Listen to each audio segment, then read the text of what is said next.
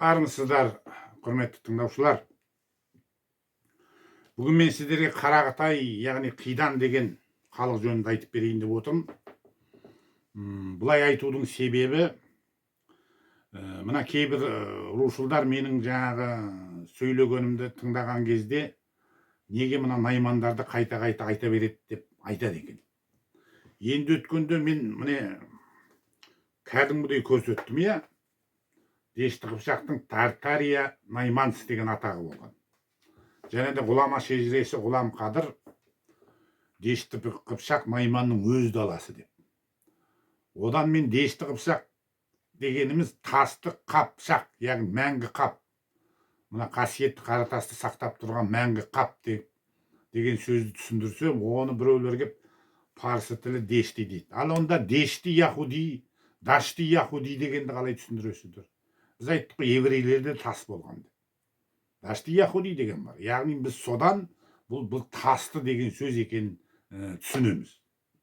Ал енді Тартария Найманс дегеніміз Тартарияның сол жері екенін айттық. Яғни өткенде айтқандай жаңағы спутник фотоларынан көрсеткен кезде айтқандай жаңағы батыс жағында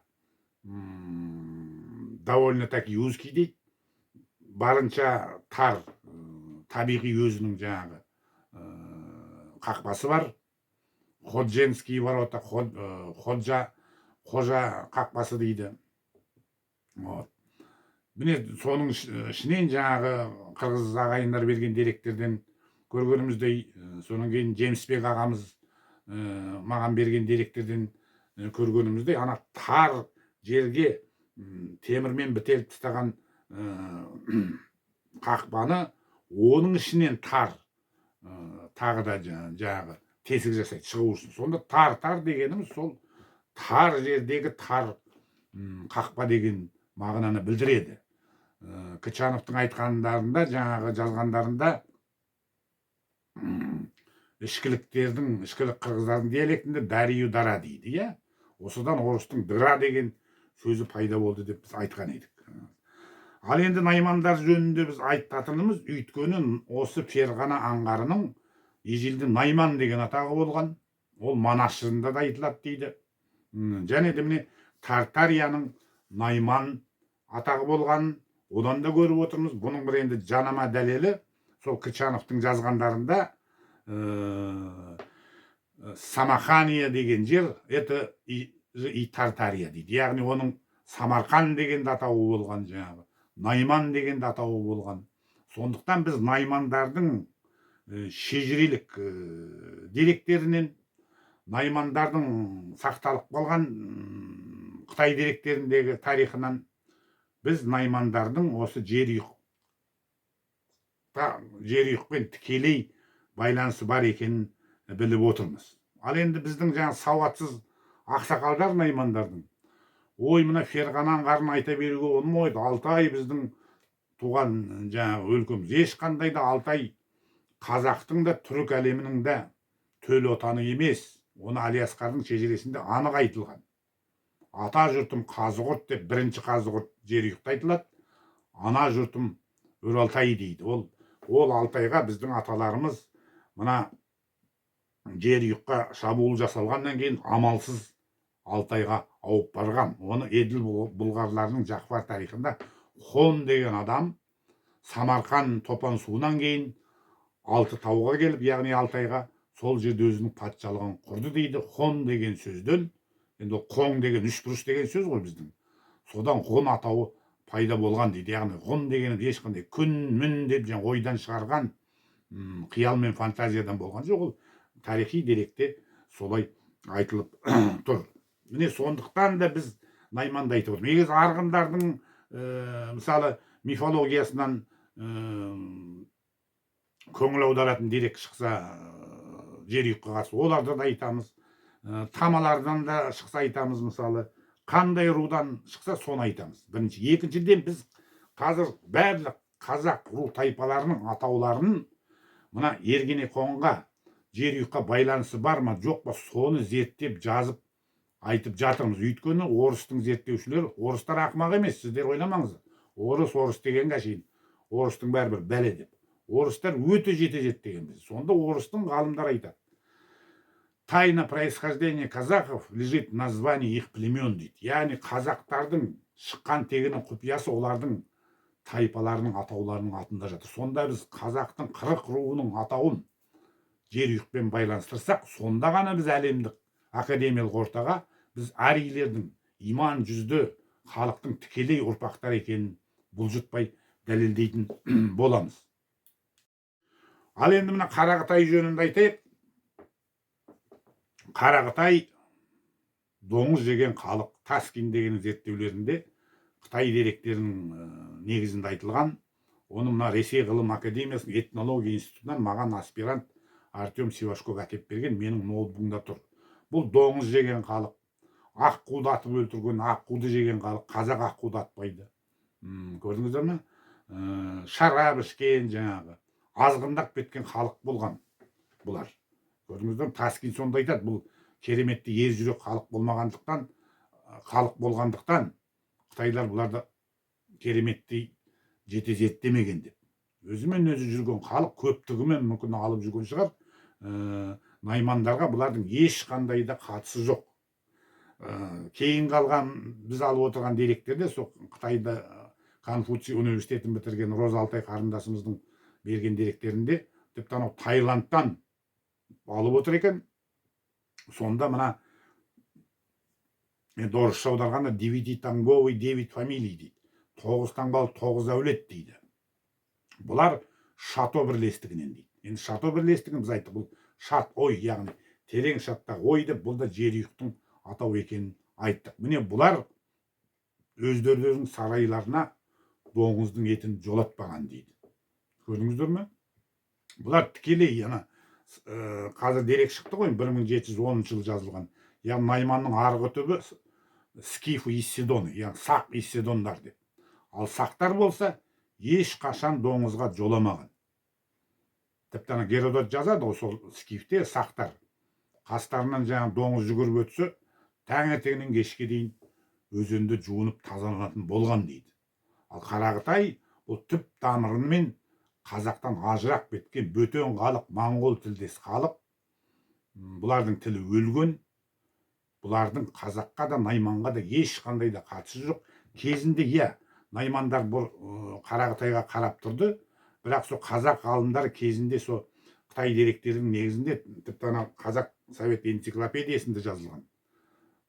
Бұлар Қарақытайдан бостандықты жеңіп алып, өздері бейтарап өз алдына мемлекет хандық құрды дейді Наймандар айтады. Көрдіңіздер ме? Сондай күндер болған. Ал енді Мұхтархан Оразбайдың деректерінде, Қытай деректерін аударғанда бір ханының Найманның жасақты болғаны, ол имеющий гвардию деген сөз. Яғни бұлар жалданбал әскер ретінде жүрген. Ешкімге бұлай бағына қоймаған, мықты жауынгер халық болғандықтан, қай жерде кім жаңағы ақысын төлейді, солар үшін соғысатын болған. Қазір мен қырғыз ағайындар Бартольдтың деректерін беріп отыр. Мына Барысбекті тоны көктер шабуыл жасағанда қапағандар Наймандарды көмекке шақырған екен, бірақ Наймандар келіп үлгермеген екен. Бірақ сол жерге келгеннен кейін әр жерді көріп, сол жерге орналасып қалған деп айтылады. Енді шежіреге қатысты келетін болсақ, өздеріңіз білесіздер, 90-шы жылдардан бастап, 92-90-шы жылдардан бастап егемендік алғанымыздан бері кім көрінген шежіремен айланыса бастады. Яғни көрінген дүңгіршекте сатылып жатқан Рауан баспасының шежіре таратуларын, жаңағы Шәкәрім қажының шежірелерін сатып алып әгілерді оқып, аяқ астынан оған дейін шежіренің иісі тұмсығаннан келмеген адамдар шежіреші болып шықты. Мен 9 жасымнан әкем жиған шежірелерді, әкеммен араласқан шежірешілерді көріп, сол шежірелердің жазбаша деректерін көріп, 9 жасымнан шежірені зерттеп өстім, шежіре танушы ретінде. Сонда 90-шы жылдары менің шежіре танушы тәжірибем 21 жыл болған. Қазір 51 жыл менің шежіре танушылық тәжірибем, стаж деген орысша айтқанда. Көрдіңіздер ме? Сондықтан мен шежірені бұлар сияқты көрмеймін. Мен тіпті Серікбол Қондыбайды еңбегін білмей тұрған кезде ең алғашқы шежіре кітабында жазғанда мен шежіреде жасырын мағыналы мәліметтер бар екенін айтқам, міндетті түрде.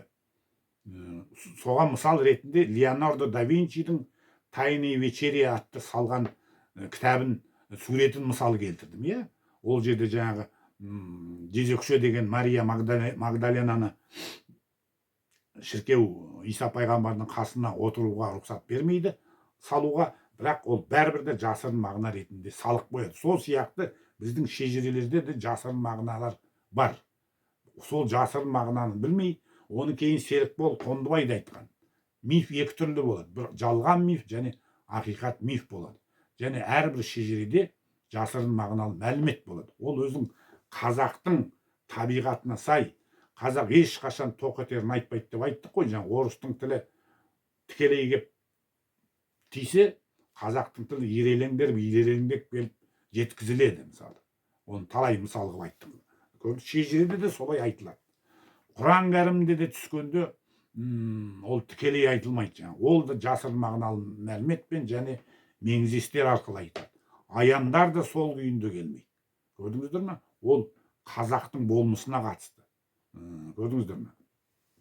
Сондықтан қазіргі шежіре жазып жатқандар ол мәселені білмейді да, сондықтан сол ана бұрынғы айтылған шежірелерді басын жазады да, сол күйі қалтырады да, ары қарай жаңағы таратуларын қосады. Ал енді таратуларға біздің ешқандай претензиямыз жоқ. Біз күллі елдің аталарын жатқа білмейміз, оны шындығын айту керек. Бірақ 300-дік шежіресін білгенімізше білеміз. Жаңағы өз пікірімізді айта аламыз. Сондықтан, яғни Найманның жалған шежірешілері айтып жүрген жаңағы Найманның түбі Қарағатай, Қарағатайдың түбі Найман дегеніміз, ол мен айтар едім, бұл адасқандық емес, бұл арандатушылық. Әдейі істеп отырғандар Найман арасында әдейі біреудің бұйрығын орындап, Найманның түбін Қарағатай қылып, доңыз жейтін азғын халыққа айландыру мақсатында осындай адамдар отыр. Мен енді Найманның ішінде 5 шежіреші бар. Болған біреу қайтыс болып кетті, Зейнолла Қайсеновның 4-еуі қалды мысалы, иә? 4 шежіреші бар. Мен бұларды жаңағы бәрін де танимын. Бұлардың бәрінің жасы менен үлкен ақсақалдар. Артық кетсем тоқтатып отырады. Бір нәрсеге жетелмей жатсам жеткізіп отырады бұл кісілер. Бірақ олар WhatsApp чаттарында ел аузына шықпайды, алдына, өйткені ақымақтармен бірге ақымақ болып, бұлар айтысқылар келмейді. Олар менен жастары бірталай үлкен ақсақалдар. Көрдіңіздер ме? Сондықтан жаңағы шежіреші деп, иттің итағайын шежіреші деп айтуға болмайды. Көрдіңіздер ме? Оларға тіпті шежіреші деп қарауға да болмайды. Мысалы мен бірден, мен бала кезінен шежірешілерді көріп өскен адам ретінде, мен сөзінен танимын мысалы. Сөзінен. Сонда Байжігіт чатындағы ағайындардың бәрі куә. Мен сол Байжігіт чатында отырғанда, әлі Наймандар чатында ма, мына Дәулетхан Тастанбек деген ағамыздың, Мәмбет Қабанбайдың ұрпағы. Сол кісінің сөзін естіп қалдым да, бірден елең ете қалдым. Мына кісі кім дедім, мынау дедім, нағыз құйма құлақ шежіреші дедім. Маған мына кісінің телефонын беріңдер деп, содан бері Дәулетхан ағамен араласып тұрмын. Нағыз құйма құлақ шежіреші. Ол кісінің өзінің айтқанында 100 шалдың алдына бардым дейді. Қабанбайдың қолында араб қарпімен жазылған шежіре болған, бірақ Қытай жерінде хунвейбиндер ол шежірені өртеп жіберген дейді. Ал енді біздің қолымызда сонау едігеден келе жатқан шежіре деректері бар, Найманның шежіресіне қатысты. Кейін ол Саржомарт Тілеубердінің қолына түскен, сол Тілеубердінің қолындағы шежіре бізде бар. Көшірмесі де бар, шежірешілердің қолымен жазғанында біздің қолда бар. Сондықтан мен мысалы қандай да бір шежірешімін деген адаммен сөйлессем, оның деңгейін мен бірден білем. Қазір 4 ұлға қатысты біз айттық Наймандағы. Асқар Иген деген автор екен, сол 4 ұл шежіресі. Мен ол кісімен 10 жыл бұрын ба, 14 жыл бұрын ба телефон арқылы сөйлескем. Мен Асқар Игеннің деңгейін бірден түсіндім мысалы. Шежірелік деңгейін. Маған оны сұрап, оның жазғанын қарап керек жоқ. Оның сөйлеген сөзінен мен оның шежірелік деңгейін бірден білдім. Мысалы біз міне орыстарды аққұлақ дейміз, е? Ал менің әкем шежіреші болған, ол кісі жүндібас дейді орыстарды. Екінің бірі айтпайды, жүндібас дейді. Өйткені біздің аталарымыз тіпті мынау 60-70-80 жылдарға дейін бастарын ұстарамен қырып таздықты ұстанған болған. Ол сонанау Юджи Кушан заманынан келе жатқан үрдіс. Енді мынау Төлегөтай Найманға жататын Қаракерей, Дөртуыл, Садыр Матайға қатысты айтып кетейік. Өткенде айттым, иә. Бұлардың ДНК-сы солтүстік Қытай халқымен бір. Оны мына Арғын Жақсылық Сәбитов өте жақсы біледі. Сондықтан сол Сәбитовтер бір қасында көмекшісімен бір ютубта сұхбат беріп отырғанда Жақсылықтың өзі емес, қасындағы жаңа көмекшісі айтады. Наймандардың 42% Қытай болып шықты деп. 42% найманов оказались китайцами дейді. Жалпы генетиктерге олай әңгіме айтуға болмайды. Көрдіңіздер ме? Бірақ солай айтып отыр. Сондықтан сол Жақсылық Сәбитовтен кеткен әңгіме болса керек.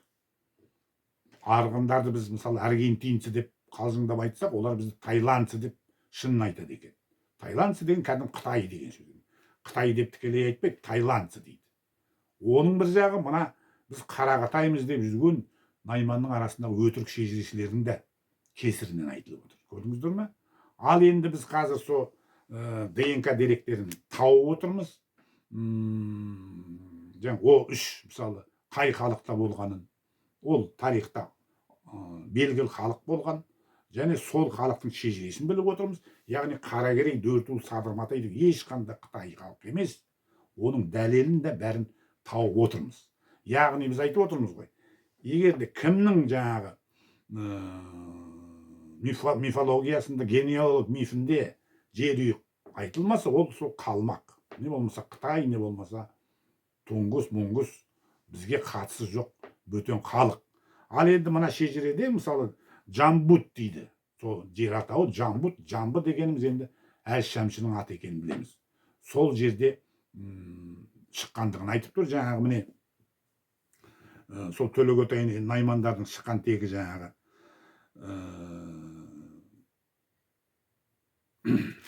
мына жерде жаңағы Ай әулеті. Ай әулетінің атасы Аспан ұлы дейді. Аспан, осылайша Аспан әулетінің басталған. Ай әулетінің шығу тегі аспаннан басталды. Ақ киім кигендердің ұрпақтары тұратын мекен жаратылды дейді. Атаусыз жер әулеттің иманды таза мекені дейді. Бұл енді қысқаша ғана біз шежіреден үзінді келтіріп отырмыз. Енді ақ киім кигендер туралы білесіздер, иә? Найманды мысалы, наймандардың бір нұсқасында Ақсопыдан таратады. Ақсопы, күллі найманның атасы Ақсопы дейді. Ал Ақсопыны ағат мініп Ақшапан жамылған.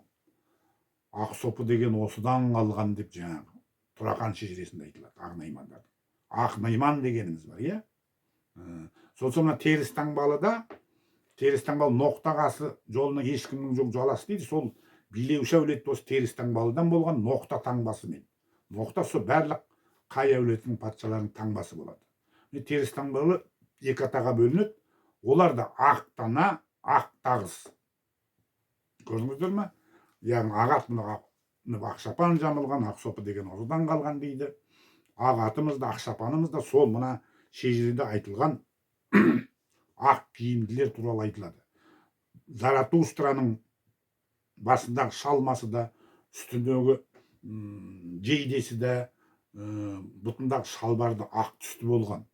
Көрдіңіздер ме? Ақсопы дегенде, сопы дегенім сол ақ матаның атауы дейді. Бұл ислам дініне дейінгі Мұса пайғамбардың заманында, тіпті одан арғы замандардың, яғни Заратустраның Әз Шәмші патшаның заманында болған дүние. Ал енді сол мына ай патшалығы. Енді Қытайлар да біледі екен. Біріншіден айту керек, мына Қытайлар да мына үш қиянды біледі екен, және де өздерінің Қытай тілінде үш қиянның, үш таудың атауларын айтқан екен. Оны қазір Қытай тілін білетін қарындасымызға жібердік. Сол мағынасын айтып беріңіз. Өте көне тілде айтылған дейді.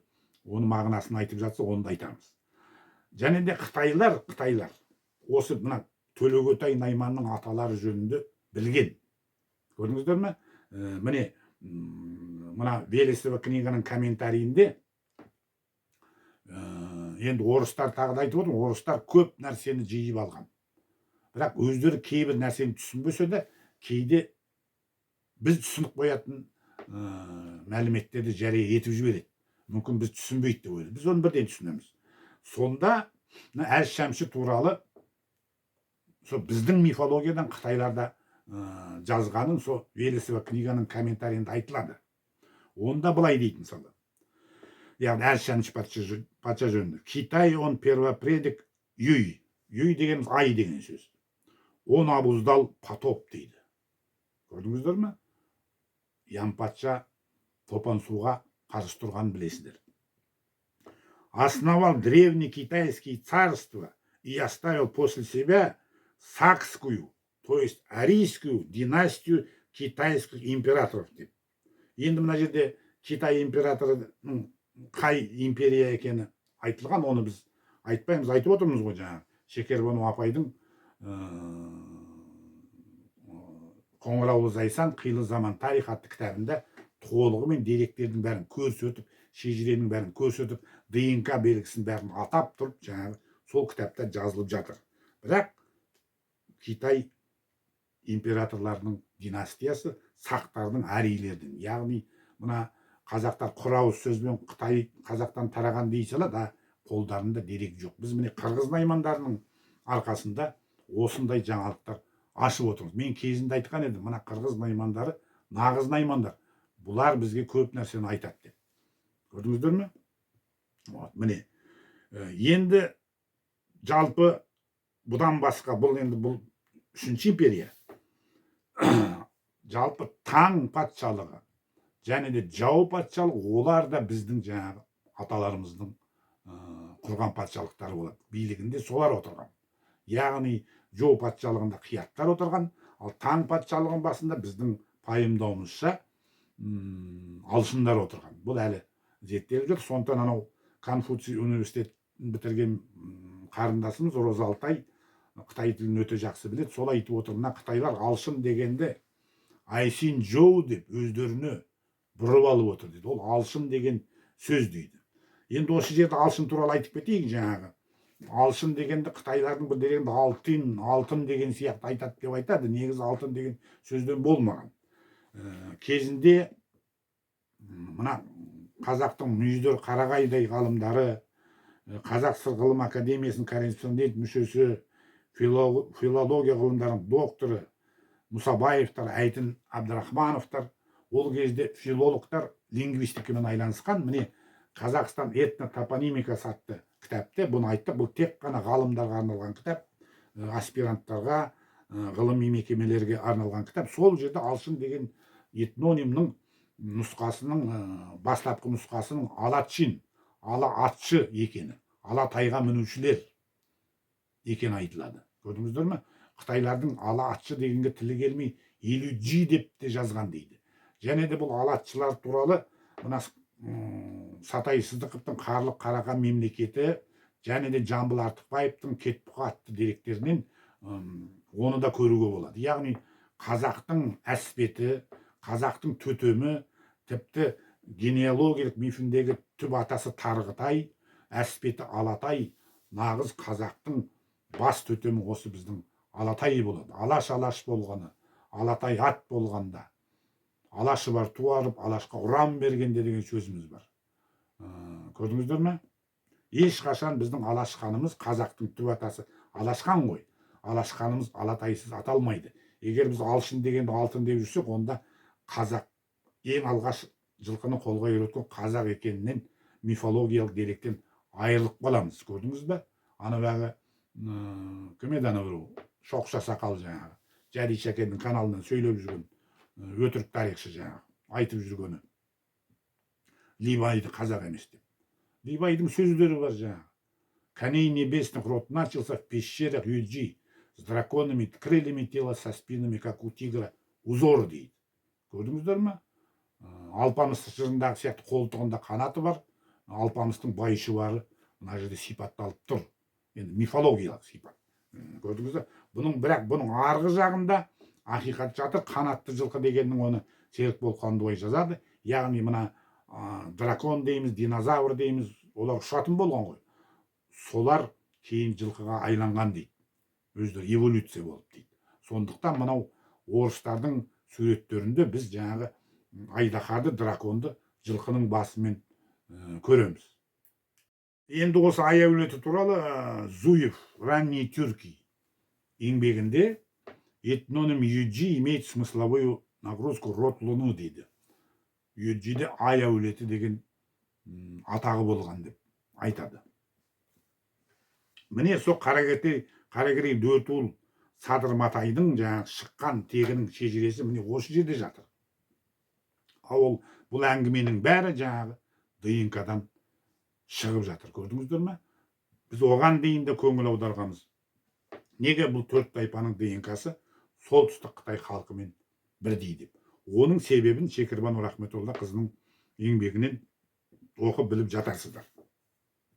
Ал енді екінші мықты теңдесі жоқ лингвист деуге болады қазақ арасында Бақытжан Рәштің айтуынша, мына Қай деген патша дедік қой. Ежелде дауысты дыбыстың алдына дауыссыз дыбыс қоятын үрдіс болған. Мысалы, алаш дегенді қалаш деп айтатын, ала дегенді хела деп айтатын мысалы. Көрдіңіздер ме? Сондықтан Бақытжан Рәштің ойынша мына ай деген сөз Қай деп айтылып, Қай әулеті патшалықтың аты осыдан болған. Каяниді дейді Қай әулеті. Ең алғашқы патша Қайкобат дейді, яғни патша құба ата деген сөз деп біз айттық. Міне осы ай сөзінен Қай сөзі пайда болған болса керек. Біз жалпы қазақ халқы қилы замандарда, тіпті Заратуштраның Зәрдүш дініне дейінгі замандарда біздің аталарымыз сол айға табынған болған. Мына біздің зираттың басына айшықты қоятынымыз сол заманнан келе жатқан үрдіс. Ислам дініне ешқандай да қатысы жоқ. Мағдай қара жырында жаңағы жылқының бір жағына күннің, бір жағына айдың таңбасын басатын болған. Отмечен лунно солнечным тавром дейді. Көрдіңіздер ме? Ал енді осы қаракерей дөтуыл Садырматайдың ішіндегі мына дөтуыл тайпасы айттық қой, жаңағы ноғайлардың шежіресінен тауып отырмыз. Оны да жаңағы бізге жаңағы көмек беріп айтып отырмыз қырғыз наймандар. Онда тарту ұл ас дейді. Дөтуылды. Тарту ұл яғни сыйға берілген ұл дейді. Яғни біздің ішіміздегі шежіреде қаракерей алшындарға барғанда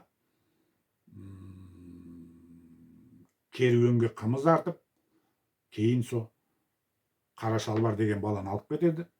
Оның аты кейін Тартуыл аталып, кейін ол Дөтуыл атанып кеткен дейді. Көрдіңіздер ме? Ешқандай да төрт ұл емес. Ал Тартуыл деген қайдан болады? Тартуға төренің баласын беретін болады. Әрине тегін бермейді ғой. Қымызға мүмкін берген шығар, әйтеу бірдемесін беріп кетеді ғой. Мысалы, Боранбай би Әбілпейізді алып келген дейді. Енді өзіміз шежіреден де қазақтың тарихынан да білеміз, кәдімгі хандарға барып, сұлтандарға барып ел билеуге төре сұрайтын үрдіс болған білесіздер, иә? Төресіз ел болмайды, төбесіз жер болмайды деген сөз осыдан қалған. Ал бұл заман, бұл тіпті Шыңғыс ханға дейінгі замандарда болған оқиға. Енді қаракерей Мұхтархан Оразбай ағамыздың дерегіне сенетін болсақ, 250 жылы Ботбаймен бірге өмір сүрген дейді. Көрдіңіздер ме? Яғни сол замандарда алшындар Алтайда отырған заманда болған бұл оқиға болса керек. Енді бұлар, мысалы, қаракерей дегеніміздің өзі, ол мына керейлерден қосылған ежелгі керей емес. Біз басында көптеген ғалымдар солай ойлаған еді. Бұл мифолингвистикалық зерттеулердің негізінде қаракерей деген қара кер ай, ежелгі толық ай. Яғни Қап тауында ең алғаш көзге көрінген айдың атауы. Яғни ай құдайдың бір атауы. Сондықтан Қаптақ ай дегенде де біз айттық. Қаптақ ай, Қап тауының айы деп. Сондықтан егер бұлар ай әулетінің ұрпақтары болса, өздері мифі бойынша, иә, аспан асты елі болса, мысалы, мына аспан асты ел деп Қытай мына осы бізден алған мәселе осы ғой. Оларды аспан асты қылып отырған біздің аталарымыз болады. Олай болса Төлөгөтай дегенimiz de толы құт ай деген сөзден бұрмаланып кеткен болса керек. Және де бұл Құдайдың аты, және де осы 4 тайпаның ұраны болған. Ал қай замандарда бұл ұранды тұлғаландырып жіберіп, анау Қызылордадағы жаңағы мазарды Төлөгөтайдың мазары деп, оған Бұрхан-ад-Дин Қылыштың құлпытасын қойып қойып, Бұрхан-ад-Диннің құлпытасы ана Үргеніш жақта тұр мысалы, иә? Қожаның қызын алды деп қожалар наймандарға жақындасу үшін осылай істеген болуы мүмкін әбден. Көрдіңіздер ме? Ондай үрдіс қазір де жүріп жатыр, иә? Белгісіз бір молаға барады да, Қаратай деген батырдың моласы деп жаңағы Масқар Қаратайдың моласының басына наймандар құлпытас қойып кетеді. Әне ДНК-сын жасатып дәлелдеп бердік. Жаңағы Қожаберген деген наймандардың атасының, мұрындардың атасының басына керейлер келіп, біздің Қожаберген батыр деп мазар қойып кетеді. Анау Кешу өткелінде, Кешудің қара өткеліндегі жаңағы Қожамқұлбайдың жаңағы мазарына Қабанбай батыр деп құлпытасты қойып қояды. Ондай үрдіс сол заманда да болған. Аңқау елге Арамза молда бұның бәрін қожалар шығарған болса керек. Сондықтан енді мен Шығыс халық медицина академигі, парапсихолог ретінде жаңағы ғарыштық қуат магистр ретінде, мысалы мен 10 жыл осы Ақжол діни сәуегей ордасымен жақсы араластым. Және де қазір ата жол болып олар аталып жүр. Тоқберген Байтасовтардың адамдарын, қыздарын өте жақсы білемін. Бұлардың қайда барып зиярат етіп, кімнен барып бата алып жүргендерін бәрін білемін. Бірақ осы Төлөгөтайдың басына барып, не болмаса Қабанбайдың басына барып зиярат етіп, Баянбай әулиенің басына, Кеңгірбай бидің басына, Абай ата мен Шәкәрім қажының басына, Түлкібай әулиенің басына, Ниязбай әулиенің басына, Бес атаның басына барған сияқты барып жүргендерді мен естігем жоқпын. Көрікпел көргендер. Олар бірден сезеді. Ал енді Төлөгөтай, оның мифологиясына қарасақ, ол кәдімгі Мұса пайғамбардай әулие адам болған. Яғни пайғамбарға теңелген адам болған. Мифологиясына қарасақ. Яғни ол да жаңағы бір жақтан келіп діни қызметкердің қойын бағады, жаңағы Мұса пайғамбар сияқты қожаның қойын бағады. Ол да соң қожаның діни қызметкердің қызын алады, қожаның қызын алады. Ол да аса таяғымен жерді шұқып су шығарады, Мұса пайғамбар сияқты. Дәл Мұса пайғамбардың тарихын қожалар бере салған бұған. Егер дәл Мұса пайғамбар сияқты Төлөгөтай адам болса, мұқым зиярат, жалғыз ғана наймандар емес, күллі қазақтың зияраты сол болар еді. Көрдіңіздер ме? Бекет ата сияқты зиярат болар еді. Ондай зиярат жоқ. Яғни көрікпел көргендер біледі. Ол анау Назарбаевтың атасы деген Қарасай батырдың басына барады, Төлөгөтайға ағылып тегіліп жатқан Ақжолдың, ата жолдың ұл қыздарын мен көрген емеспін. Сондықтан мынау Кәкен Тоқтар деген меценат бауырымыз айтқан екен, сендер не бітіріп жүрсіңдер деп, қоғамдық қорлардың төрағаларында. Төлөгөтай сайып келгенде зерттелген жоқ деп. Ол зерттелген жоқ. Біз бірақ осыны зерттеп, міне жазып, шамамыз келгенше қопарып, топырақтың астында қалған қалаларды тауып, осындай жұмыстар жасап жатырмыз. Ал енді осы наймандардың арасына кіріп алған жаңағы арандатушылар дейік. Бұлар енді біреудің тапсырмасын орындап отыруы мүмкін. Бұлар қор құрып алған, жаңағы бір адамның басында 3 қор болған адамдарды көрдік. Бітіріп жүрген еш нәрсесі жоқ. 3 қорды ұстап отыр, бітіріп жүрген еш нәрсесі жоқ. Мынау жаңағы анау Либайды қазақ емес деп айтты ғой. Негізі мына Мұхтархан Оразбай ағамыз сол Либайдың бір өлеңін аударғанын мен оқыдым. Ол Либайдың өлеңдерін аударды ғой. Сонда Либайдың мынандай сөздері бар. Есекке ер салсаң да тұлпар болып көрінбес дейді. Езге садақ берсең де батыр болып көрінбес дейді. Қараға атақ делсең де көсем болып көрінбес дейді. Бұлар көсем емес, бұлар көсем боламыз деп найманның алтын басын, жаңағы төрдегі басын көрге сүйреп, доңыз жеген, азғындаған, аққу атқан, түп тамырмен қазақтан ажырап кеткен тілі бөлек Қарақытайға теліп отыр міне, құрметті ағайын. Ешқандай да Найман Қарақытай емес, Қарақытай Найман емес. Күшлік шегініп жүріп, мәжбүр болды олардың хандығын тартып алғанға. Сол жерде 10 жыл хандықта отырды. Сондықтан мына Ресей ғылым академиясының Найман от прошлого к настоящему деген диссертацияның жоспарында мен оқыған едім. Найманы, отличительная черта Найманов дегеннің бірі, стремление создавать государство даже на базе существующих деп сол біздің күшлік ханды айтқан, Гурхан аталған. Көрдіңіздер ме? Сондықтан Шекербану апайдың мақала жазып Найман арасында ана Аққұлының Гурхан атағанға қарсы болғанын айтты. Жазды кәдімгідей. Көрдіңіздер ме? Ол күллі әлем наймандарының төрағасының атауы Гурхан болмау керек. Ол мен күшліктің ұрпағымын, сондықтан Гурхан атағын алдым деп айтады екен. Ол Қарақытайдың атағы бізге керек жоқ. Оны WhatsApp чаттарында мен де ашық айтқан едім. Яғни Қарақытай қазақ та емес, Қарақытай Найман да емес.